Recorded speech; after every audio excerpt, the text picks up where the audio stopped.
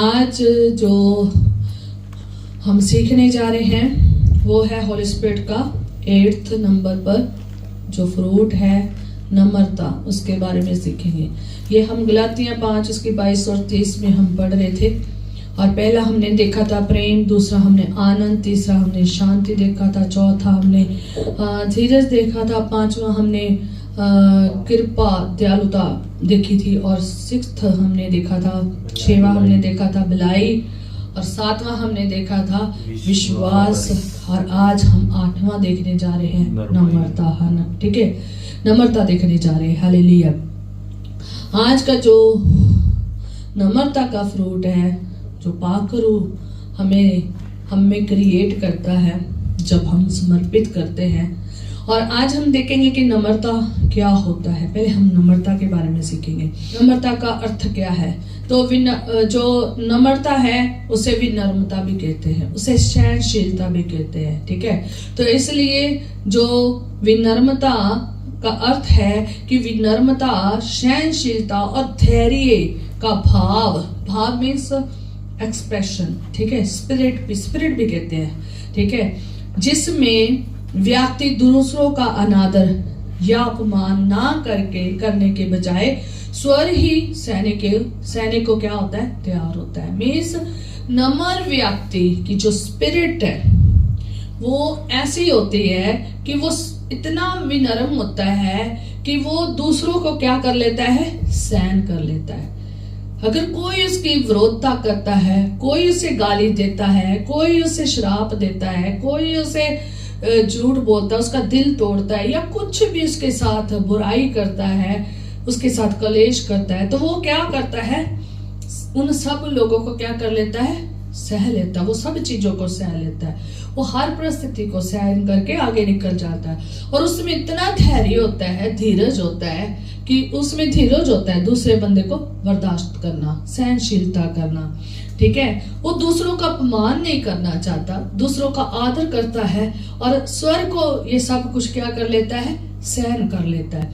नरम व्यक्ति के जो स्पिरिट है दूसरों के प्रति जो है ना, वो नम्रता से पेश आती है।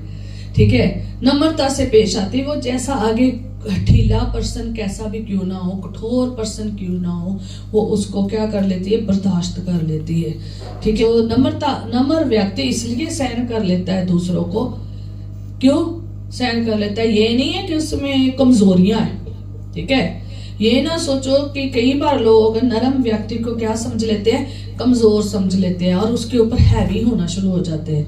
नरम व्यक्ति इसलिए नम्र, उसमें एक चीज नहीं होती, दूसरों के ऊपर हैवी नहीं होता। ठीक है, नरम व्यक्ति दूसरों के ऊपर हैवी नहीं होता, ना ही दूसरों के ऊपर रोब मचाता है। ठीक है, साथ वो दूसरों को इसलिए सह लेता है ताकि दूसरे भी इसके बिहेवियर से कभी ना कभी तो बदलेंगे। याद रखें, नरम व्यक्ति अगर ये सब चीजें सह रहा है, दूसरों की कठोरता को, दूसरे के बिहेवियर को सह रहा है, इसका मतलब ये नहीं है कि वो कमजोर है। और जो बंदा आया उसे विनम्र व्यक्ति को कूट के चला गया, कूट काट के चला गया, गाली दे के चला गया, तो उसने आगे गाली नहीं दी, उसने आगे मारा कूटा नहीं। ये नहीं है कि उसमें कमजोरी है, ये नहीं है कि वो लड़ नहीं सकता, वो लड़ सकता है, वो झगड़ सकता है, वो ही सेम चीजें वो कर सकता है, पर लेकिन वो इसलिए नहीं कर रहा क्योंकि उसमें नम्रता की स्पिरिट है। उसमें सबसे, मैं कहती हूँ कि जो भी नरम व्यक्ति है उसमें सबसे ज्यादा क्या होती है, शक्ति होती है। वो शक्तिशाली पर्सन होता है कि जो ऐसे कठोर लोगों को क्या कर लेता है, सहन कर लेता है। जबकि कठोर ढीला पर्सन और विरोधता और दुष्टता करने वाले लोग, लड़ाइयां झगड़े करने वाले लोग, जो हमेशा लड़ते रहते, झगड़ते रहते, विरोध करते रहते, आगे को उठ के आते हैं, लड़ने को आते हैं, आर्गुमेंट करते हैं, विरोधता करते हैं, ये उनमें शक्ति नहीं होती कि अपने कंट्रोल करने की। ठीक है, उनमें कंट्रोल की पावर नहीं होती, सेल्फ कंट्रोल नहीं होता, इसलिए वो जल्दी क्या हो जाते हैं, दूसरों के ऊपर हैवी हो जाते हैं। ठीक है, पर जो विनम्र व्यक्ति है वो दूसरों के ऊपर जल्दी हैवी नहीं होता, क्योंकि उसमें हैरी सेल्फ कंट्रोल होता है, वो अपने ऐसे बिहेवियर, दुष्टता के बिहेवियर जैसे लोगों का है ना, वैसा वो नहीं दिखाता, क्योंकि उसमें इतना सेल्फ कंट्रोल होता है कि वो बुराई को अपने अंदर एंटर नहीं होने देता। कठोरता, वैसा कठोर अपने आप को नहीं बनाता, वैसा हठीला नहीं बनाता, वैसा उनके जैसा गाली गलोच वाला नहीं बनाता, ठीक है। और जो वो इतना हम्बल होता है कि वो अपने आप को जीरो और शून्य कर लेता है, इसलिए नहीं कि वो कमजोर है, इसलिए शून्य कर लेता है क्योंकि उसमें ये स्पिरिट है, नम्रता की स्पिरिट है, वो नरम है। और जो नम्र व्यक्ति है वो बोल्ड होता है, क्योंकि उन्हें हर घमंडी, दुष्ट, निर्दयी, लड़ाके लोग और विरोधी लोगों को सहन करने की क्या होती है, पावर होती है, ठीक है। इसलिए आप सोचें कि नम्रता वाला पर्सन क्या है, शक्तिशाली है, या जो दुष्ट लोग जो मारने कूटने के लिए लड़ाई धूम धमा करके पीट पोट के चले जाते हैं, उनमें ताकत है? बताओ जरा।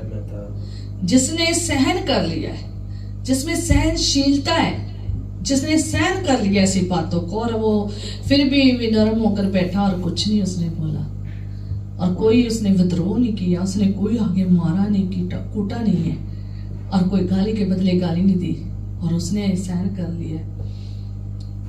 इतनी पावर है उसमें सहन करने की, पर लेकिन जो कठोर है वो सहन नहीं कर सकता, और जो दुष्ट है, निर्दयी है, लड़ाके हैं, घमंडी है, वो सहन नहीं कर सकते। इसलिए वो जल्दी क्या हो जाते हैं, भड़क पड़ते हैं दूसरों के ऊपर, ठीक है। और जो नरम व्यक्ति है उसमें सेल्फ कंट्रोल का आत्मा होता है, हम्बल होता है, बोल्ड होता है, और माफ करता है दूसरों को। वो इतनी देर तक हठीला नहीं बन के रहता, कितने कितने दिन, कितने कितने घंटे, कितने कितने साल वो हठीला नहीं बन के रहता। वो इतना नरम होता है कि वो क्षमा कर देता है, माफ कर देता है, ठीक है। और वो अपनी गलती को मान लेता है, ठीक है। नरम व्यक्ति में गुण होता है कि वो अपनी गलती को मान लेता है। अगर उसने कोई गलती की है ना, तो वो कहता है कि हाँ मेरे से ये गलती हुई है। पर जो घमंडी लोग हैं, जो दुष्ट लोग हैं, जो कठोर लोग हैं, वो नहीं मानते अपनी गलती को। वो कहते हैं हम सही हैं, हम सही हैं। वो बड़ों को भी गलत कहते हैं, बुद्धिमानों को भी गलत कहते हैं, खुदा को भी गलत कहते हैं, खुदा की बातों को भी क्या कहते हैं, गलत कहते हैं, क्योंकि उनमें घमंड इतना आ चुका है, उनके दिमाग में घमंड इतना समा गया है कि उन्हें सही रास्ता नहीं दिखता, सही ख्याल नहीं आता, सही बुद्धि नहीं है। घमंडी बुद्धि सबसे विनाशकारी है, और खुदावन घमंडियों का विरोध करता है, याद रखें। घमंड से चढ़ी हुई आंखें उसे पसंद नहीं है, ठीक है। अगर नम्रता का ओपोजिट देखे तो क्या है, घमंड है, हंकार है, और क्या है, हठीला है, कठोर है, ढीठ लोग, अभिमानी लोग, जो सुधरते नहीं, जितना मर्जी बोलते जाओ। आगे और मैं आपको डिटेल में बताऊंगी नरम और अभिमानी में क्या, हंकारी घमंड से भरे लोगों में क्या अंतर है, ठीक है। और जो नरम व्यक्ति है वो अपनी गलती को मान लेता है, हाँ मैंने की है। पर जो ढीठ है, जो घमंडी है, वो कहेगा मैं तो गलत हो ही नहीं सकता, मैं तो हूं ही नहीं गलत, मैं ही ठीक हूं। चाहे वो सबकी निगाह में क्या हो, गलत हो, चाहे वो खुदा की निगाह में गलत हो, चाहे वो खुदा के लोगों की निगाह में गलत हो, चाहे वो माँ बाप की निगाह में गलत हो, चाहे वो अपने टीचर्स की निगाह में, जिस बड़ों की निगाह में गलत हो, तो कभी मानते नहीं है। घमंडी अपनी अकड़ में इतना ज्यादा और इतनी ज्यादा हठीलेपन में होता है, इतना कठोर होता है, उससे बुद्धि की बातें समझ नहीं आती, उन्हें समझ नहीं आती, क्योंकि जब तक वो इतना ऊंचा बढ़ के बैठेगा उसे नीचे दिखेगा नहीं, ठीक है। और जो नरम व्यक्ति है उसमें एक और गुण होता है, नरम व्यक्ति होता है वो, नरम जो व्यक्ति का गुण होता है ना, वो पक्का होता है, ठीक है, बहुत विश्वासी योग्य होता है, ठीक है। वो इसलिए सहन करता है क्योंकि उसमें सामर्थ है ये वाली नम्रता की, इसलिए सहन नहीं करता कि वो कमजोर है। नरम व्यक्ति कभी कमजोर नहीं है, याद रखना। कमजोर अगर कोई है तो वो घमंडी है, क्योंकि उससे सहन नहीं होता। अच्छी बात सहन नहीं होती, बुद्धि की बात सहन नहीं होती, सच्चाई सहन नहीं होती। जब उसके बारे में सच्चाई बोल दो ना तो बवाल खड़ा कर देते हैं। उन्हें सच्चाई सहन नहीं होती। नरम व्यक्ति सच्चाई से भरा होता है, इसलिए वो सब कुछ सहन कर लेता है। एक खुदा का बंदा है एल्डर डेविड ए बेडनार, उसने कहा, खुदा के बंदा है, उसने कहा नम्रता मजबूत होती है, कमजोर नहीं होती, सक्रिय होती है, निष्क्रिय नहीं होती, साहसी होती है, डरपोक नहीं होती। साहस होता है इसलिए वो नम्रता से सह रहा है, डरपोक नहीं है वो।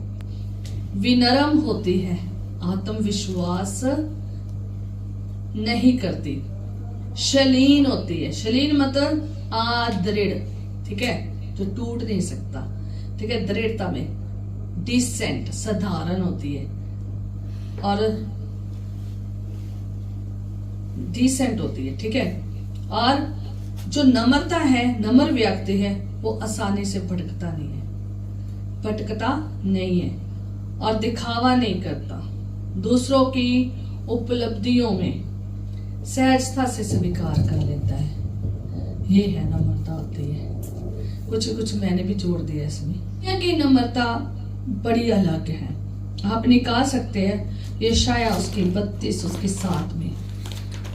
संसारिक टाइप की जो नम्रता होती ना, वो तो 2-3 मिनट की होती है, कुछ पल की होती है।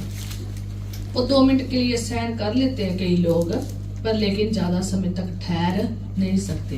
पर जो परमेश्वर की ओर से विनम्र हुए होते हैं, जो परमेश्वर की ओर से जिन्हें नम्रता का फ्रूट लगा होता है, वो हर पड़ाव में सहन करते जाते हैं, हर परिस्थितियों में सहन करते जाते हैं, हर लोगों को सहन करते जाते हैं। और दुनिया की विनम्रता थोड़ी बड़ी खराब सी विनम्रता है, और देखेंगे वो कैसे विनम्र होते हैं। यशाया उसका 32 उसकी 7 में लिखा है, शली की चालें बुरी होती है। किसकी चालें? शली की, ठीक है, उसकी चालें, उसका चाल चलन बुरा होता है, वह दुष्ट युक्तियां निकालता है।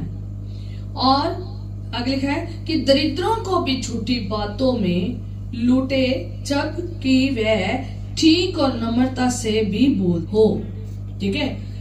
क्या होता है कि जो संसारिक लोग हैं, जो असली में दुष्ट लोग हैं, जो सच में दुष्ट और हठीले कठोर लोग हैं, जो बुरी युक्तियां करने वाले लोग हैं, जो बुरे दुष्ट युक्तियां बनाने वाले लोग हैं, ठीक है, जिनकी चालें क्या है? बुरी हैं, जिनकी चालें शली हैं और जिनकी दुष्ट युक्तियां हैं, वो क्या करते हैं? जो दरिद्र है, जो दरिद्र मीन्स जो पुअर है, पुअर भी कह सकते हैं उनको, ठीक है, जो दरिद्र है, पुअर लोग हैं, ठीक है, उनको क्या करते हैं? अपनी बातों से क्या करते हैं? लूटते हैं। मीठी मीठी बातें, छल की बातें कर करके क्या करते हैं? लूटते हैं। इतने भी नरम हो जाते हैं, इतने नरम हो जाते हैं कि आप पहचान भी नहीं कई लोग पाते। पुअर लोग जो है, दरिद्र लोग हैं, पहचान भी नहीं पाते कि ये हमसे छल कर रहा है या दुष्ट युक्ति से आया है या इसकी जीभ सच में विनम्र है या क्या है, ठीक है। ऐसे विनम्र लोग जो लोगों के जीवन में आकर लूट कर क्या हो जाते हैं? चले जाते हैं। कि खुदा का वचन कहते हैं दरिद्र जो लोग हैं उनसे झूठी झूठी बातें क्या करते हैं। कई लोग इतने भी नरम हो जाते हैं, उनकी जीभ इतनी मीठी हो जाती है, इतना शहद टपकता है, इतना भी नरम हो जाते हैं, एक पल में वो बहुत हठीले और कठोर और दुष्ट होते हैं, पर लेकिन दूसरे ही पल जब किसी को लूटना होता है ना, और जब ऐसी छली चालें चलने लग जाते हैं ना, बुरी चालें चलने लग जाते हैं, दुष्ट युक्तियां बनाने लग जाते हैं, तो बेचारा जो दरिद्र है ना, पुअर है, जो दीन है, वो उनकी झूठी बातों में क्या हो जाता है? आ जाता है, क्योंकि उसे नहीं पता कि ये मुझे लूटने के लिए आया है। ऐसे आज दुनिया में लोग भरे पड़े हैं जो नरम बन बनकर लोगों को लूट के ले गए हैं, लूट कर ले गए हैं। है वो दुष्ट है, युक्तियां उनकी दुष्ट है, चालें उनकी बुरी हैं, बातें उनकी झूठी हैं, भूती बातें कर करके क्या कर रहे हैं, नम्रता से इतने नरम होकर बोल रहे हैं कि उनको क्या कर रहे हैं, लूट रहे हैं। और परंतु आदर मनुष्य, आदर मीन्स ऑनरेबल मैन, ठीक है, आदर मनुष्य उदारता ही की युक्तियां निकालता है, उदारता में ही स्थिर भी रहेगा। हालेलुया। उसके जो सही पर्सन है, जो अच्छा पर्सन है, ऑनरेबल जो है, वो उसका वो आप भी ऑनरेबल होगा, उसके काम भी ऑनरेबल होंगे और उसके वो स्थिर भी ऑनरेबल रहेगा, ठीक है, वो ऐसा ही रहेगा। वो ये नहीं है कि उसको दूसरे बंदे के साथ क्या करना पड़ेगा, नरम दिखाकर उसको लूटना पड़ेगा, नहीं, वो उधार था और वो उधार रहेगा, क्योंकि उसकी स्पिरिट ऐसी है, उधारता की स्पिरिट है, तो उधारता ही करेगा। उसको मुखौटा पहनने की जरूरत नहीं पड़ेगी। मैं कितनी देर से कह रही हूँ ना, पिछले कितने समय से कह रही हूँ कि उन्हें मुखौटा पहनने की जरूरत नहीं पड़ेगी, ठीक है। और बाइबल में जब हम देखते हैं कि बाइबल में सबसे ज्यादा यीशु के बाद कौन नरम था, बाइबल में सबसे ज्यादा नरम अगर स्पेशल नाम लिया गया है यीशु मसीह के बाद, तो वो है मूसा। पुराने नियम में मूसा है, गिनती उसकी 12 उसकी 3 में लिखा है, मूसा पृथ्वी के सब रहने वालों सब मनुष्यों से बहुत अधिक नरम स्वभाव का था। क्या था? नरम स्वभाव का था। कौन? मूसा। पृथ्वी के सारे रहने वाले लोगों में से नरम स्वभाव का था, इसलिए उसने इतने जनता को संभाल लिया। खुदा ने उसे काम सौंपा कि ये बड़े अठीले हैं। ये जो आदि मिस्र में से जनता निकल के आई थी ना, मंडली निकल के आई थी, इसराइली आए थे, वो उसमें से ज्यादा ही हठीले लोग थे। कम गिनती में थे लोग जो सच में खुदा के योग्य थे, जो बहुत कम थे जो नरम थे, पर लेकिन ज्यादा से ज्यादा हठीले थे, कठोर थे, लड़ने झगड़ने वाले, विरोधता करने वाले थे। तभी तो वो तो क्या हो गए थे? तबाह हो गए थे। पर लेकिन जो मूसा है, खुदा ने इसलिए उसे चुना क्योंकि वो नरम था। उसे पता था कि ये कठोर लोगों को सहन कर सकता है, ये हठीले लोगों को सहन कर सकता है। खुदावंद कभी कभी उनको ही ये लोग देता है, ऐसे लोग जो सहन कर सकते हैं। वो भी नरम लोगों को इसलिए ऐसे लोगों के साथ रखता है, हठीले कठोर लोगों को, ताकि वो उसकी नम्रता को देखकर सुधर जाए।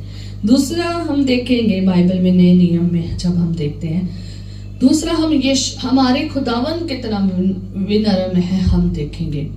बाइबल जो है वो हमारे खुदावन यहोवा बाप के बारे में बहुत नरम बताती है कि वो इतना नरम है, उसका स्वभाव इतना नरम है। जब इंसान ने पाप किया तो उसने उसको तबाह नहीं किया, उसने आदम और हवा को तबाह नहीं किया। उसे गुस्सा आया, उसे क्रोध आया उनके ऊपर, क्योंकि उन्होंने उसकी क्या की थी? आज्ञा को टाल दिया था, नियमों के अनुसार नहीं चले थे।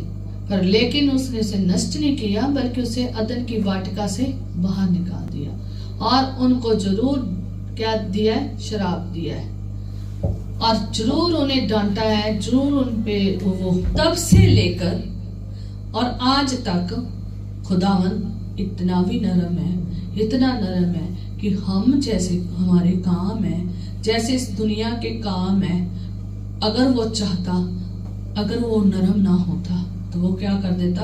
सारी दुनिया को खत्म कर देता, पृथ्वी समेत प्राणियों समेत खत्म कर देता। उसका एक समय है कि कब तक उसने विनम्रता में रहना है। नूह के नबी तक उसने क्या की थी? विनम्रता में रहा है। पर लेकिन जब पाप हद से ज्यादा बढ़ गया, जब पाप हद से ज्यादा बढ़ जाता है, जब इंसान हद से ज्यादा पाप कर लेता है, जो घर, जो परिवार, जो देश, जो नगर, जो शहर, जो लोग हद से ज्यादा पाप में बढ़ जाते हैं ना, खुदावन क्या कर देता है, उसी प्रकार खत्म कर देता है, जैसे नूह के जमाने में, जैसे सदूम और अमोरा में, वैसे ही खुदावंद खत्म करता है। इसलिए ध्यान रखें, अपने पापों की गिनती इतनी ना बढ़ाएं कि तबाह हो जाए। वो नरम जरूर है, पर लेकिन वो न्याय करने वाला भी परमेश्वर है। वो क्रोध का धीमा जरूर है, पर क्रोध उसे आता है। वो इतने गुनाहगारियों को सहन नहीं कर सकता, गुनाही बंदा उसके सामने खड़ा नहीं हो सकता। इसलिए जितना ज्यादा हो सके अपने पापों से क्षमा मांगती जाए, अपने आप को साफ और शुद्ध और पाक रखें, विनम्र रखें। ठीक है, तो इसलिए खुदावंद हमारा जैसे नरम है, जैसे उसने हमें क्षमा किया है, हमारे गुनाहों का बदला हमसे नहीं लिया है, बल्कि हमें क्षमा किया, हमसे प्रेम किया, अपना पुत्र दिया, इतना विनम्र होकर, इतने हठीले लोगों के लिए, कठोर लोगों के लिए, उनको बदलने के लिए उन पर तरस करा है। और वैसा ही हमें भी बनना चाहिए। हमारा यीशु इतना नरम है, उसने इतनी ज्यादा नरमता है। और यीशु मसीह के खुद के मुंह के लफ्ज है मत्ती 11:28 में, नरम और मन में दीन है। यीशु जो है कहता मैं नरम हूं, मैं दीन हूं। इसलिए वो कहता है कि मैं दीन और क्या हूं, नरम हूं। कहता है सब थके और बोझ के दबे लोगों मेरे पास आओ, मैं तुम्हें आराम और शांति दूंगा। वो कहता है मेरा झूला ले लो, मेरा झूला मुलायम है, हल्का है, अपना भारी झूला। वो इतना भी नरम है कि आपका भारी झूला बोझ और चिंताओं से जो भरा हुआ है, जो सारे जहान के दुनिया के आप बोझ लेके घूमते हो, परिवार के, घर के, अपने चीजों के, संसार के बोझ, गुनाहों के बोझ लेकर घूम रहे हो, वो कहता सब मेरे पास ले आओ, मेरे ऊपर डाल दो। इतना नरम है कि मेरे ऊपर डाल दो और मेरा झूला ले लो, क्योंकि वो क्या है, वो हल्का है। कहता मेरा झूला क्या है, हल्का है। कहता मैं नरम हूं, मैं दीन हूं। वो इतना दीन और नरम है, वो हमें दीन और नरम बनाना चाहता है। जब आप दीन और नरम बन जाएंगे ना, आप हर प्रकार की परिस्थितियों में निकल जाएंगे, कठोर परिस्थितियों में निकल जाएंगे। जैसे हमारा यीशु मसीह हर निंदाओं में से निकल कर गया है, हर परिस्थिति में से निकल कर गया है, हर एक चीज में से निकल कर गया है, बचपन से लेकर उस क्रूस तक हर परिस्थिति में से निकल कर गया है। यीशु इतना दीन था, इतना ज्यादा दीन था कि उसने चरनी में जन्म लिया। यीशु इतना दीन था कि परमेश्वर होते हुए भी मनुष्य जीवन में आ गया। कोई नहीं आजकल परमेश्वर ही बन के रहना चाहते हैं लोग, है ना। आज मनुष्य परमेश्वर बन गए हैं, बहुत सारे मनुष्य परमेश्वर बन के उनको पूजा जा रहा है, परमेश्वर बना दिया उन्हें। पर लेकिन परमेश्वर जो स्वर्ग में है, उसने मनुष्य जीवन में आकर हमारा उद्धार किया है। इतना बड़ा औदा, इतना बड़ा, सबसे बड़ा उसने इतना होकर शून्य हो गया, इतना दीन हो गया है। वो इतना नरम है, वो इतना नरम है कि उसने चरनी में जन्म लिया है। उसने राजे के घर में नहीं जन्म लिया, उसने कोई जमींदार वाले के घर में नहीं जन्म लिया, उसने कोई रईस घर में नहीं जन्म लिया। उसने शून्य हो गया, वो इतना शून्य हो गया कि उसने कहाँ लिया है, चरनी में जन्म लिया है, ताकि सब उसे देख सके, सब उसके पास आ सके, सब उसकी बातों को सुन सके, सब उसके कामों को देख सके, चमत्कारों को देख सके। वो इतना नरम है, यीशु इतना नरम है कि उसने गधे पर सवारी की है, उसने घोड़ों पर, रथों पर, हाथी पर, इतनी शान शौकत पावरफुल जो प्राणी उनके ऊपर नहीं, बल्कि एक गधे पर, जिसके ऊपर कोई भी सवारी करना पसंद नहीं करता। यीशु दीन होकर उस गधे के ऊपर सवारी की है। वह राजा दीन है, लिखा है बाइबल में, वह राजा क्या है, दीन है, गधे पर सवार होकर आएगा। यीशु इतना दीन है कि उसने अपने चेलों के क्या कर दिए, पैरों को धो दिया। क्या किया, चेलों के पैरों को क्या किया? धो दिया। एक प्रभु होकर इतने बड़े काम होते थे उसके हाथों से। मुर्दा जिंदे, बीमार चंगे, इतने इतने ज्यादा खुदा के बड़े बड़े काम, इतने बड़े यीशु ने काम किए, अद्भुत बातें की हैं।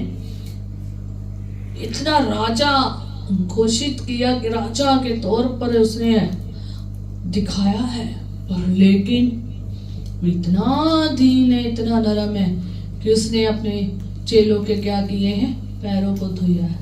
और उसने कहा ये याद भी रखना है, ये समझ भी रखना है, तुमने भी वैसा ही बनना है जैसा मैंने तुम्हें नमूना दिखाया ना, सेवक बनने का, दीन होने का, ऐसे पैर धोने का। तुमने भी एक दूसरे के साथ ऐसा ही करना है। आज ऐसा नहीं है, आज कलीसिया में ऐसा नहीं है, आज इतने दीन सेवक नहीं है। आज उनसे बड़े बड़े काम होते, बड़े बड़े चमत्कार करामात होते हैं, तो वो इतने दीन नहीं है जैसा मेरा यीशु है। दीन नहीं है, वो बहुत ऊंचे पर हो गए हैं, वो अपने आप को बहुत ऊंचा समझते हैं। दीनों के तो पैर इतने दीन नहीं है कि लोगों के पैरों को धोए, इतने दीन नहीं है कि उनके बीच में आकर वैसे ही चले जैसा कौन चलता था? यीशु, जैसे उसने सेवकाई की। नहीं, आज सब कुछ उन्हें फड़ा चाहिए, बहुत ऊंचा चाहिए, हर चीज बहुत ऊपर ऊपर ऊपर होनी चाहिए। हमारा यीशु इतना नरम है, इसलिए हमने भी नरम स्वभाव का बनना है। पाक रूह हमारी मदद करता है नरम बनने के लिए। नरम दिल वाला, मैं एक बात कहना चाहती हूँ कि जो नरम दिल वाला होता है उसके दिल की जमीन क्या होती है? नरम होती है। क्या होती? नरम। उसके दिल की जमीन नरम होती है, वो अच्छी जमीन का होता है। और जो अच्छी जमीन का और नरम जमीन का होता है, और उसमें जब आप बीज को बीजते हो ना, तो वो उगता है, वो उगता है, उसकी जड़ें फैलती हैं, उसमें अंकुर निकलता है, उसमें कलियां लगती हैं, उसमें फूल लगते हैं, उसमें फल लगते हैं, वो फलदायक वृक्ष है। पर लेकिन जिसकी जमीन पथरीली है, हार्ड है, बड़ी सख्त है, प्रभु यीशु मसीह के मुख के शब्द है, अच्छी जमीन और 4 तरह की जमीन बताई ना, मार्ग की जमीन, झाड़ियों की जमीन और पथरीली जमीन, अच्छी भूमि। ये 4 जमीनें के बारे में खुदावंद ने कहा है, यीशु नासरी ने बोला है। और अच्छी जमीन का बीज ही 30 गुना, 60 गुना, 100 गुना फल लेकर आता है। पर लेकिन जो पथरीली जमीन है, जो कठोर और हठी जमीन है, उसमें अगर आप बीज बोगे ना, वो उगेगा, पर लेकिन जड़ ना पकड़ने के कारण क्या हो जाएगा? जल्दी ही सूख जाएगा। जैसे थोड़ी सी धूप निकली ही तो साथ के साथ ही क्या हो जाएगा? वो सड़ जाएगा, गिर जाएगा, खत्म हो जाएगा, क्योंकि जड़ नहीं है मजबूत, जड़ नहीं पकड़ी उसने, ऊपर ही था। आज बहुत सारे मसीह ऐसी जमीन के लोग हैं, ऐसी जमीन के लोग हैं, जितना मर्जी वचन सुना दो, जितना मर्जी उनको बुद्धि की बातें सिखा दो, समझ की बातें, ज्ञान की बातें, खुदा के ज्ञान की बातें, अच्छी बातें जितनी मर्जी सिखा दो, आज बहुत लोग हठीले और कठोर हैं, बहुत कठोर हैं। और वचन उनके जीवन में उगता जरूर है, पर कुछ क्षण के लिए, कुछ पल के लिए, साथ ही साथ क्या हो जाता है? वो वहीं पर खत्म हो जाता है। वो उगते जरूर है, पर कुछ पल के लिए, कुछ क्षण के लिए, साथ ही के साथ धूप थोड़ी सी निकलती नहीं है, खत्म हो जाते हैं। क्योंकि जमीन इतनी पथरीली है कि नीचे जड़ नहीं पकड़ पा रहा। आज लोगों के जीवन में झाड़ी नहीं वचन पकड़ पा रहा, क्योंकि पत्थर बड़े बड़े पड़े हैं। कलीसिया में ढेरों ढेर लोग जमा हुए हैं, सालों साल से उम्रें उनकी बहुत हो गई है, मसीह में उनकी उम्र बहुत है, मसीह में वो बड़े बड़े साल के हो गए, 18 साल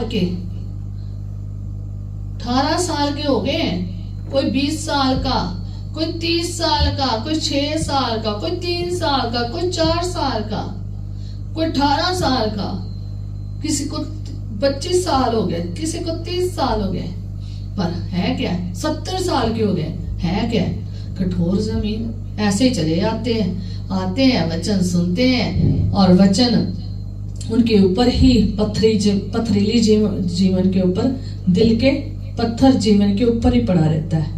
बेचारा उगता तो है पर लेकिन जो पत्थर दिल है इतना हार्ड है ना कि वो जड़ को पकड़ नहीं पा रहा।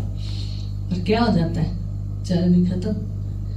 आज ऐसे ही मसीह लोग कलीसिया में पड़े हैं। इतना वचन सुनाया जा रहा है, इतना वचन सुनाया जा रहा है, इतनी बातें बताई जा रही, चेंज ही नहीं है, मन चेंज नहीं हो रही। चेंज नहीं होंगे तो फिर किसी काम का नहीं है। और रही बात आगे, जो अच्छी जमीन के हैं वो इतनी अच्छी जमीन के हैं कि आप उसमें जितना मर्जी भर दोगे ना, आशीषें वो भरे रहेंगे।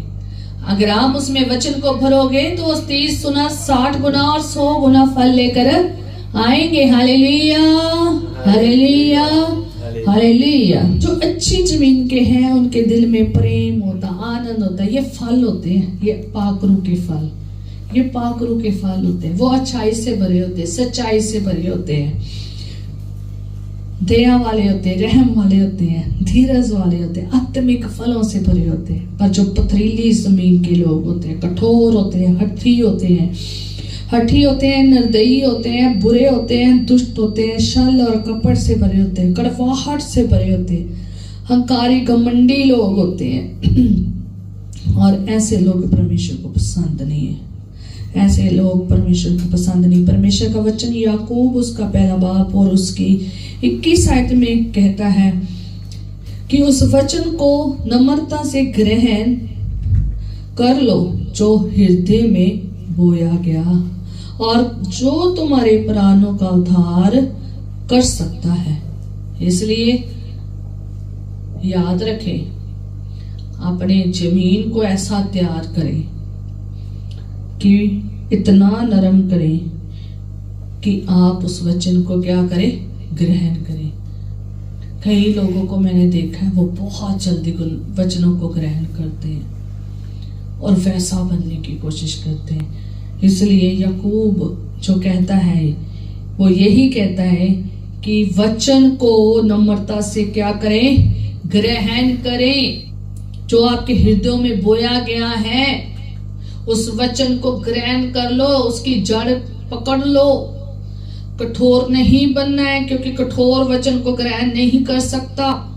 घमंडी हंकारी वचन को ग्रहण नहीं कर सकता। हठीला ग्रहण नहीं कर सकता, क्योंकि उसने ना बदलने का ले लिया हुआ ठेका। तुम्हारे प्राणों के लिए क्या है, उद्धार है। आप उद्धार में तभी जाएंगे जब आप नम्रता से चलेंगे। मीका उसमें भी हम पढ़ेंगे। पर लेकिन खुदावन के जो लोग हैं, हर मसीह जो है, हर विश्वासी जो है, उसे नरम होना बहुत जरूरी है। क्योंकि जो नरम लोग हैं वो ही परमेश्वर के सामने खड़े रह सकते हैं, वो ही उद्धार पा सकते हैं, वो ही आशीष पा सकते हैं। मीका 6 उसकी 8 में लिखा है, 6 आयत में 6 चैप्टर और वर्स 8 में लिखा है कि अपने परमेश्वर के साथ नम्रता से चलो। हर मसीह, हर विश्वासी को जरूरी है कि जब परमेश्वर के साथ चलना है तो नम्रता के साथ चलना है, क्योंकि कठोर कभी नहीं चल सकते। इस्राएली जब वो मिस्र में से निकले थे, याद रखें कई जगह पर वो मारे गए हैं। जब वो परमेश्वर के सामने कुड़कुड़ाए, जब वो खुदावंद के साथ लड़े झगड़े और उन्होंने बहुत बवाल खड़ा किया और हठी और हठीले बन के रहे, तो वो क्या हुए हैं, तबाही हुए। पुराना नियम भरा पड़ा है, जाके देख लेना। जब इस्राएली यहूदी लोग भी नरम नहीं हुए हैं, कठोरता से परमेश्वर में चले हैं, हठी बनकर चले हैं, और वो ज्यादा समय चल नहीं सके, वो तबाह हो गए। याद रखें, नरम व्यक्ति ही उसके सामने खड़ा रह सकता है। दुष्ट लोग भूसी के समान उड़ जाएंगे। परमेश्वर का वचन कहता है हठीले कठोर नष्ट हो जाएंगे। परमेश्वर के साथ चलना चाहते हो तो नम्रता में चले, अधीनगी में रहना बहुत जरूरी है। जो नरम व्यक्ति है वो परमेश्वर के सामने एक तो नरम स्वभाव से आता है, बिल्कुल शून्य हो जाता है। बिल्कुल जब भी आप जाकर देखोगे ना, मूसा इतना नरम था कि वो परमेश्वर के सामने लेट जाता था, सीधा लेट जाता था। एलिया को देखना, जब उसने दुहाई थी परमेश्वर को करमल पर्वत पर, वो इतना भी नरम हो गया कि उसने अपना सिर अपने घुटनों में डाल लिया, उसने अपना चेहरा छुपा लिया, इतना नरम था। सोचो ऐसे बड़े काम ऐसे नहीं उनके जीवन में हो गए, क्योंकि उन्होंने अपने आप को परमेश्वर के सामने इतना नरम कर दिया, इतना नरम कर दिया, इतनी अधीनगी में कर दिया, इतने आज्ञाकारी हो गए कि खुदावन ने उनके साथ बड़े बड़े काम किए हैं। हमें भी परमेश्वर के साथ नम्रता में चलना है, अधीनगी में रहना है, नियम में रहना, आज्ञा में रहना, उसकी इच्छा में रहना है। वो क्या चाहता है, वो कैसा चाहता है आपको बनाना, वैसा चलना है। कुड़कुड़ाना नहीं है, लड़ना नहीं है, झगड़ना नहीं है, खुदा के सामने शांत रहना है, सच्चे दिल से आना है, अच्छे मन से आना है। अगर आपने कुछ गलत भी कर दिया है, आप अपने साथ वाले को क्षमा करें और खुदा के पास आए, उसे कहे मन में कुव्वत नहीं, मन भी मैला सा है खुदावंद खुदा हाँ मुझे थाम ले। वो थामने को बैठा है। हालेलुया। देख लो, गीत कोई और गाना था, आज गाए और गए। ये पाक रूह का काम है। हालेलुया। खुदावंद यही चाहता है कि आपके मन क्या हो, साफ हो। अगर आप नम्रता में चलते हैं तो परमेश्वर आपको बहुत आशीष देगा, बहुत सारी सामर्थ देगा। अय्यूब 5:11 में लिखा है, कहता है नरम लोगों को ऊंचे स्थान पर बैठाता है, शौक का पहरावा पहने हुए लोग ऊंचे पर बैठाता है। खुदावन जो है वो जितने भी नरम लोग हैं उनको कहाँ बैठाता है? ऊंचे पर। उसे नीचा नहीं रहने देता, उन्हें पूछ नहीं रहने देता, उन्हें सर ठहराता है। वो अपनी जगह पर ऊंचे होते हैं। और जितने लोग शौक का पहरावा पहने उनके साथ गलत हो गया। जैसे अय्यूब को हम देखते हैं कि अय्यूब पहले भी ऊंचे पर था, पर लेकिन जब उसका टेस्ट हुआ, जब उसको परखा गया, तो वो जैसा था नरम, जैसा था अच्छा, जैसा था विश्वास योग्य, वो वैसा ही रहा। हालेलुया। वो वैसा ही रहा, वो बदला नहीं है। नरम लोग बदलते नहीं है, हर परिस्थिति में वो नरम रहते हैं। कठोर से कठोर लोगों के सामने भी, कठोर से कठोर विपत्तियों के सामने भी वो क्या रहते हैं? नरम रहते हैं। अय्यूब भी ऐसा ही नरम रहा। जब उसके पास था तो भी वो खुदा के सामने नरम और खरा और सच्चा था, और जब उसके पास सब कुछ लूट गया तब भी वो परमेश्वर के सामने नरम रहा। उसने एक भी गलत शब्द नहीं कहा, उसने एक भी गलत शब्द नहीं कहा, उसने कोई बुराई नहीं की, उसके मुंह से कोई गलत बात नहीं निकली, उसके मुंह में दुष्ट और नष्ट बातें नहीं निकली। गलत बातें, कुड़कुड़ाना, लड़ना झगड़ा परमेश्वर के साथ, लोगों के साथ नहीं निकला। वो इतना नरम हो गया कि उसने टाट को ओढ़ लिया, उसने शौक का पहरावा पहन लिया। इसलिए योग कहता है कि नरम लोगों को ऊंचा करता है, शौक का पहरावा पहने हुए लोगों को क्या करता है? ऊंचे पर बिठाता है। इसलिए अय्यूब ऊंचे पर बिठाया गया। उसने एक ही कहा, तूने लिया, तूने दिया, तेरा नाम मुबारक। उसे धन्य कहा, उसे धन्यवाद किया। ऐसे ही लोग ऊंचे उठाए जाते हैं। पर लेकिन जो लोग अगर ऐसी परिस्थितियों में आ जाते हैं, जैसे अय्यूब आ गया, अगर वो उसके साथ लड़ते हैं, झगड़ते हैं, घमंड करते हैं, अहंकार के सामने आते, चढ़ी हुई आंखों के सामने आते, तूने ये कर दिया, तूने वो कर दिया, खुदावन नष्ट कर देता है। निकल जाती जमीन, चले हो जाता है, हाड़ आ जाते हैं, निकल जाता है, सब कुछ खत्म हो जाता है। याद रखें, भजन संहिता 9:18 में कहता है, ना तो नरम लोगों की आशा सर्वदा के लिए नष्ट होगी, नाश नहीं होगी। मीन्स जो नरम लोग हैं उनकी कभी भी आशा नष्ट नहीं होगी, आशा उनकी पूरी होगी। अगर जो दुष्ट हैं उनकी आशा क्या हो जाएगी, खत्म होगी। भजन संहिता और उसकी 25:9 में लिखा है, नरम लोगों को न्याय की शिक्षा देना और वह नरम लोगों को अपना मार्ग दिखाएगा।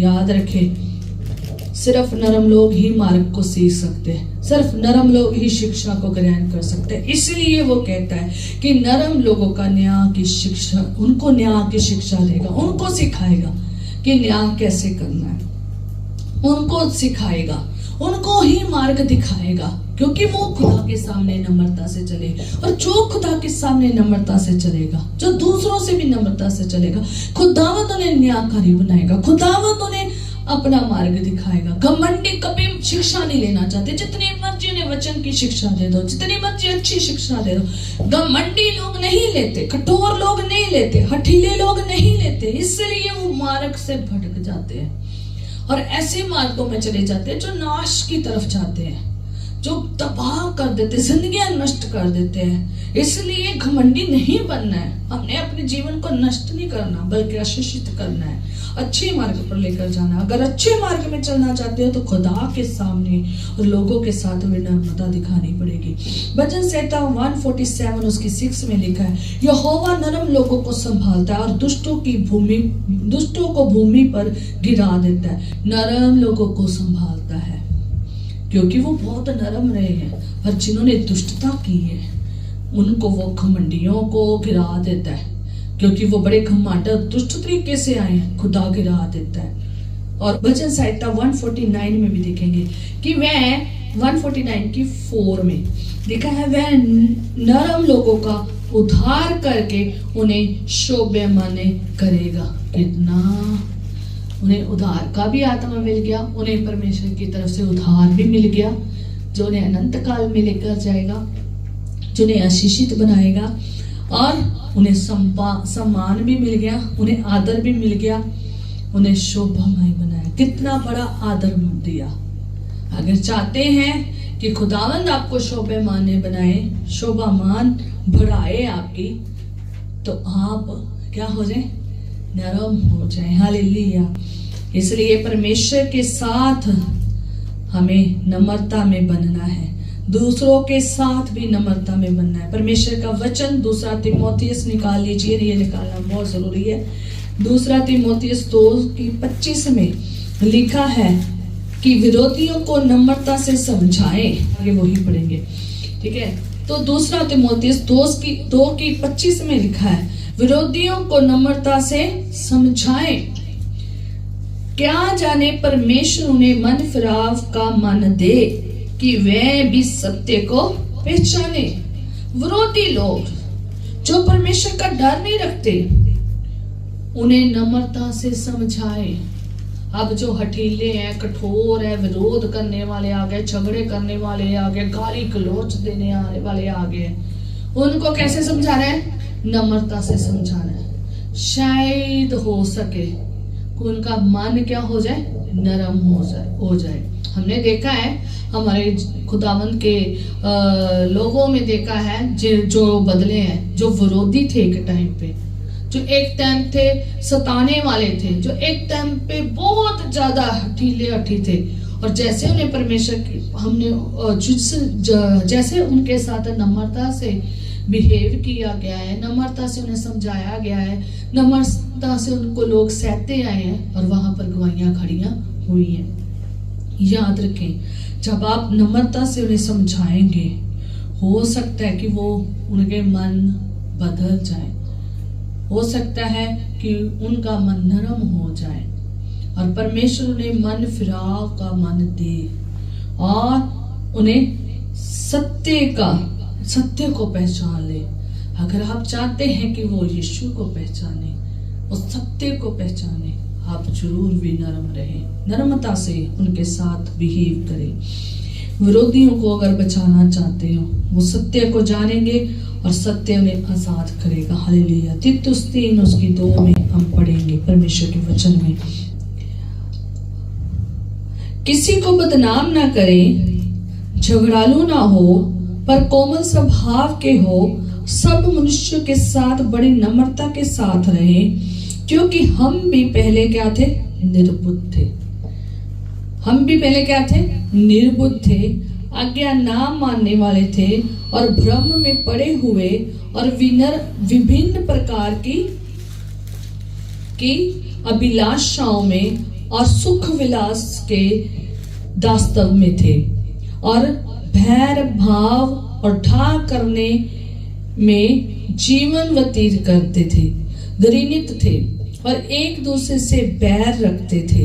पर जब हमारे उद्धारकर्ता परमेश्वर की कृपा और मनुष्य पर उसका प्रेम प्रकट हुआ तो हमारा उद्धार किया, तो उसने हमारा उद्धार किया।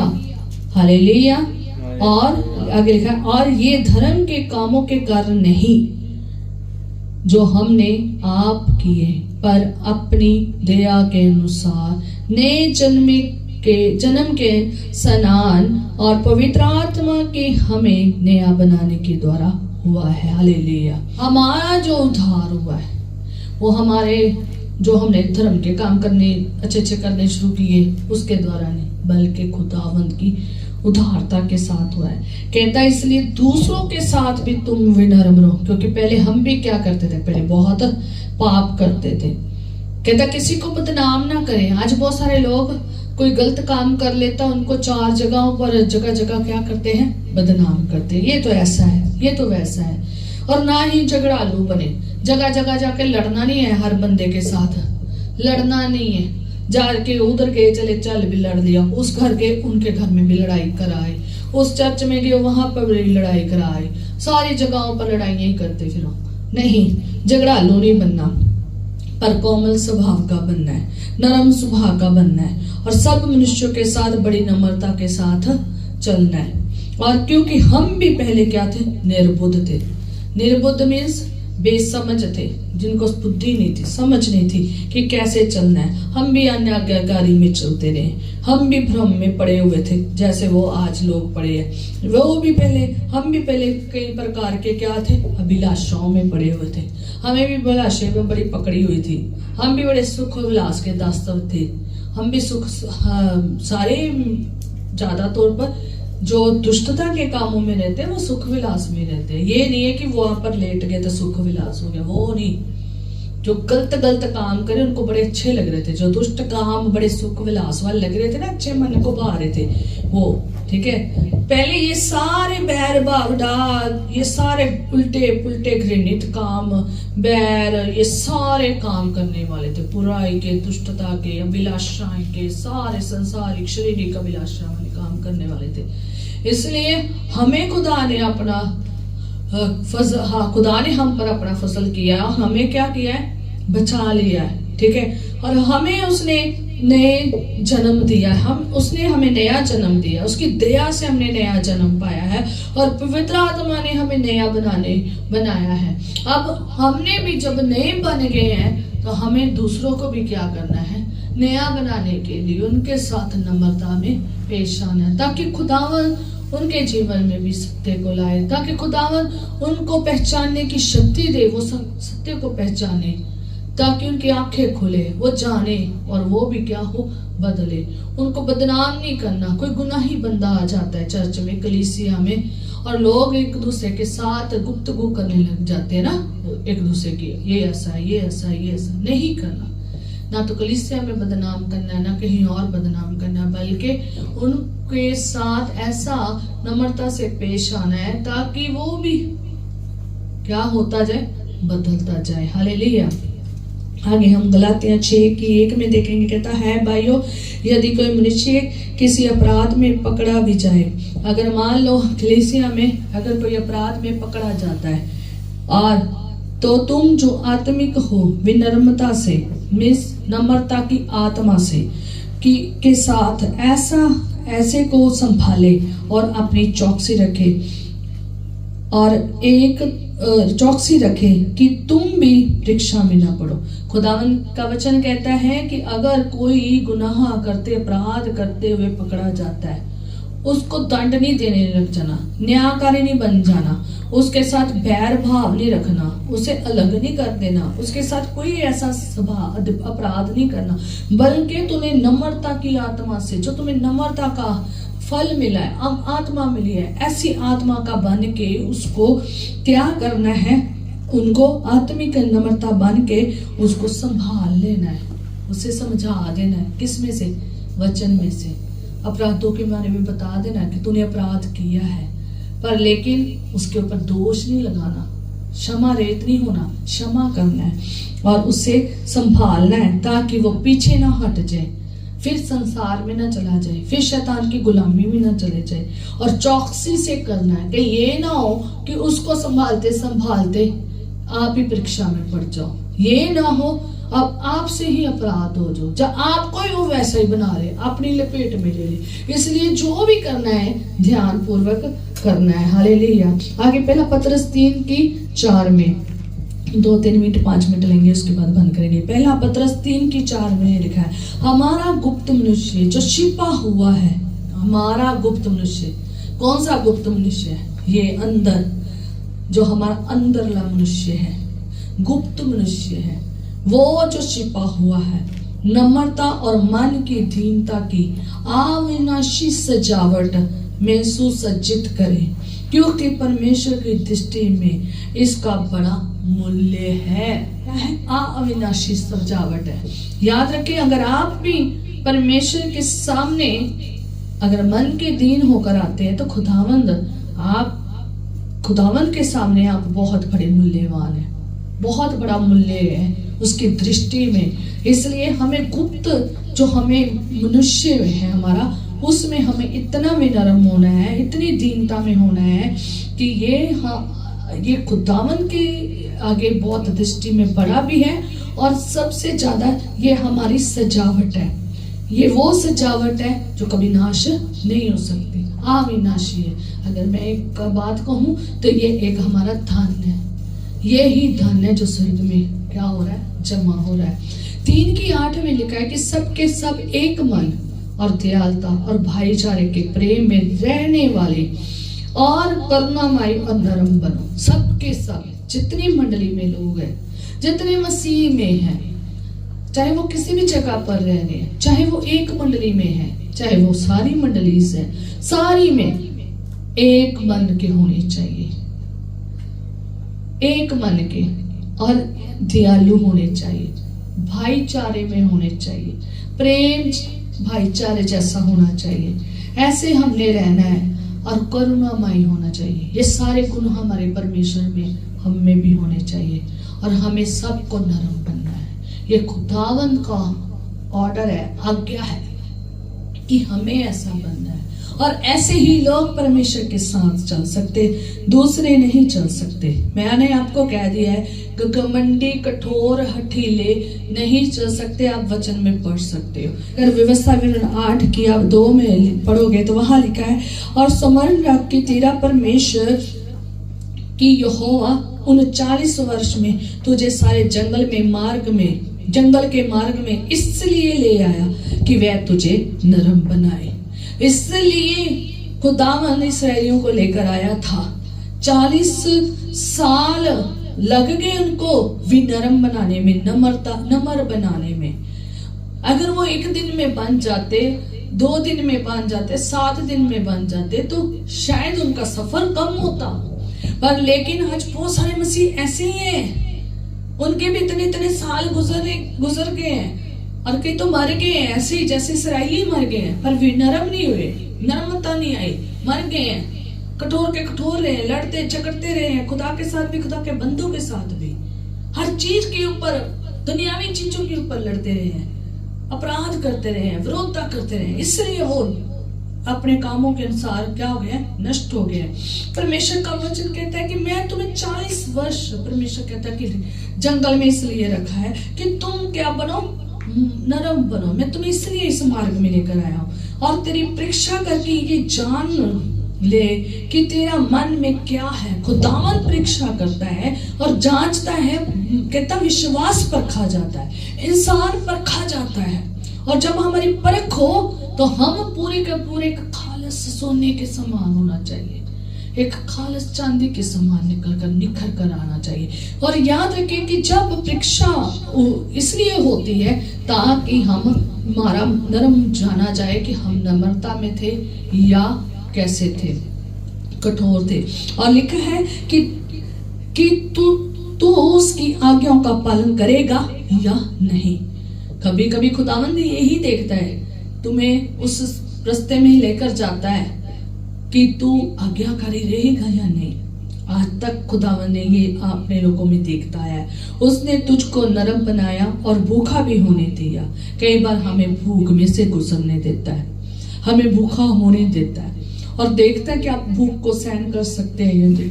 जो लोग भूख को सहन नहीं कर सकते वो कुड़कुड़ाते हैं, हमें ये रोटी दे दी, हमें फलाना दे दिया, ऐसे कर रहे थे ना, हमें ये खाना था, हमें वो मिलता था, हमें ये मिलता था, और लड़ रहे थे जिसकी वजह से क्या हो गए, नष्ट हो गए। पर लेकिन कुछ खुदावंद ने दिया भी है, खुदावंद ने दिया भी है। पर जो ज्यादा विरोधता करते थे खुदावंद उन्हें नष्ट कर देता था। हद से ज्यादा जब हो जाता था, कहता ना जिसे ना तू और ना तेरे पुरखा ही जानते थे वही तुझको खिलाया, इसलिए कि वह तुझको सिखाए कि मनुष्य केवल रोटी ही से नहीं जीवित रहता, परंतु जो जो वचन यहोवा के मुंह से निकलता है जीवित रहता है। कहता वह 40 वर्षों में तेरे वस्त्र पुराने ना हुए और तन से भी नहीं गिरे, ना तेरे पाँव फूले। देख लो खुदावन ने कितने बड़े काम किया। पूरा इस हवाले को पढ़ लेना। पर लेकिन कि खुदावन ने ऐसे ताड़ना दी, लिखा है खुदावन ने ऐसे ताड़ना दी जैसे अपने बेटे को ताड़ना देता है, जैसे बाप जैसे अपने बेटे को ताड़ना देता है वैसे उसने ताड़ना दी। इतना उसने अपना बेटा समझ के आपको रखा है, ऐसे गुजरने दिया है। याद रखें हमें भी खुदा में इतनी सावधानी में रहना है। अगर आप 15 आयत में पढ़ोगे तो लिखा है उस बड़े और भयानक जंगल में से ले आया जहां तेज विष वाले सर्प और बिच्छू हैं, और जल रहित सूखे देश में उसने तेरे लिए चकमक की चट्टान में जल निकाला है। खुदावन ने हमेशा हमने देखा खुदावन ने उनके लिए सब कुछ मुहैया किया है, खाने की, पीने की, पहनने, सब चीजें जो करनी चाहिए थी वो सब उनके लिए किया है। उन्हें परखा है हर चीज से और उन्हें दिया भी है सब कुछ। और इसलिए दिया ताकि आप वो आशीषें भी पा सके और आप कठोर ना बने। ठीक है, खुदावन ने उन्हें इसलिए जंगल में लेकर आया ताकि वो नरम बने, परखे गए, परीक्षा हुई उनकी, ताकि वो हर मसीह की परीक्षा होती है, उन्हें भी इन परिस्थितियों में से निकलना पड़ता है। हो सकता है सेम ना हो, सकता है अलग अलग हो, कई प्रकार की परीक्षाओं में से गुजरना पड़ता है ताकि हम परखे जाए कि हम कितने क्या है, विश्वास योग्य और ईमानदार है, आज्ञाकारी है। ठीक है, अगर आप आज्ञाकारी रहोगे तो आप परख में सफल होगे, नियम में रहोगे तो सफल होंगे। सपने यहाँ और उसकी 2 और 3 में लिखा है सब पृथ्वी के नरम लोगों को कहता है। वहां पर वो परमेश्वर का वचन कहता है सब पृथ्वी के नरम लोगों को कहता है। कौन से? जो नरम लोग हैं उनको कहता है कि उसके नियमों को मानते रहे। किसके? खुदा के नियमों को मानते रहे। और कहता है कि परमेश्वर को ढूंढते रहो। कहता परमेश्वर को ढूंढते रहो, धार्मिकता से ढूंढते रहो, नर्मता से ढूंढो, और संभव है कि तुम यहोवा के क्रोध के दिन में शरण पाओगे। याद रखना, अगर आप परमेश्वर को ढूंढते रहेंगे, धार्मिकता को उसकी ढूंढते रहेंगे, अगर आप नम्रता से ढूंढते रहेंगे तो वो आपको कहता संभव है जब अंत समय आएगा, जब क्रोध के दिन आएंगे तो वो आपको शरण देगा, महिमामय मुक्त देगा, अपनी संतान बनाएगा, अधिकार देगा। इसलिए यीशु ने कहा है धन्य है वे जो नरम है, क्योंकि वे पृथ्वी के अधिकारी होंगे। याद रखें, जो नया आकाश मिल रहा है, नया पृथ्वी मिल रही है, उसके हम क्या बनेंगे? अधिकारी बनेंगे। इससे पहले कि अपने आप को जांचें, परखें, वो नया आकाश मिलेगा या नहीं मिलेगा, ये याद रखें कि मैं कैसा हूँ। अगर आप भी नरम लोग हैं, याद रखें, अगर आप नरम हैं, आप पृथ्वी के अधिकारी बनेंगे। वो पृथ्वी जो आने वाले समय में हमारे लिए तैयार की गई है, जिसमें नया आकाश है, जिसमें नई धरती है, सब कुछ नया है, जहाँ सूरज कभी डूबता नहीं है, जहाँ कोई रोना नहीं है, जहाँ कोई भूख नहीं है, जहाँ प्यास नहीं है, जहाँ आंसू नहीं है, जहाँ दर्द और पीड़ा और कलेश नहीं है।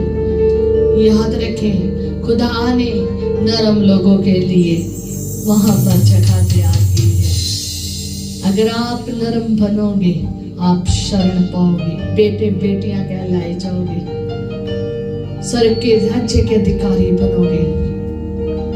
अगर आप कठोर रहे, खुदा के वचन को अपने अंदर बोने नहीं दिया, हठीले रहे, विरोधता करते रहे, कठोर जिंदगी जीते रहे हो, तो उनके लिए भी एक जगह तैयार की गई है, नरक, जहाँ रोना और दांतों का पीसना है, जहाँ का कीड़ा मरता नहीं है,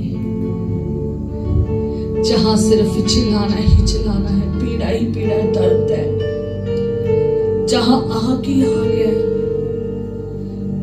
वहां पर बहुत कष्टदायी दुख है, दिन रात दुख ही दुख है, कलेश ही कलेश है, रोना ही रोना है, दांतों का पीसना है। याद रखें, हमें क्या कौन सा मनुष्य बनना है। खुदावंद पाक रूह हमें दिया गया है, इसलिए दिया गया है कि वो हमें वचन के अनुसार नरम बनाता है। वो हमें सिखाता है कि हमारा पिता कितना नरम है। वो हमें सिखाता है कि हमारा यीशु कितना नरम है। वो सिखाता है एक मसीह कैसा नरम होना चाहिए। खुदावंद पाक रूह हमें नम्रता के बारे में सिखाता है। खुदावंद पाक रूह का फल नरम हमें इतना नरम बना देता है कि हमारी परिस्थितियों में आसानी से निकल जाते हैं। वो कठोर परिस्थितियां हमें कठोर नहीं, बल्कि हम उनको विनम्रता से हटा देते हैं। हम कठोर लोगों को, ढीले लोगों को, दुष्ट और बुराई के लोगों को सहन कर लेते हैं। इसलिए नहीं कि हम कमजोर हैं, इसलिए क्योंकि हम ताकतवर हैं, कि हठीले और कठोर और पथरीले लोगों का सामना कर सकते हैं। और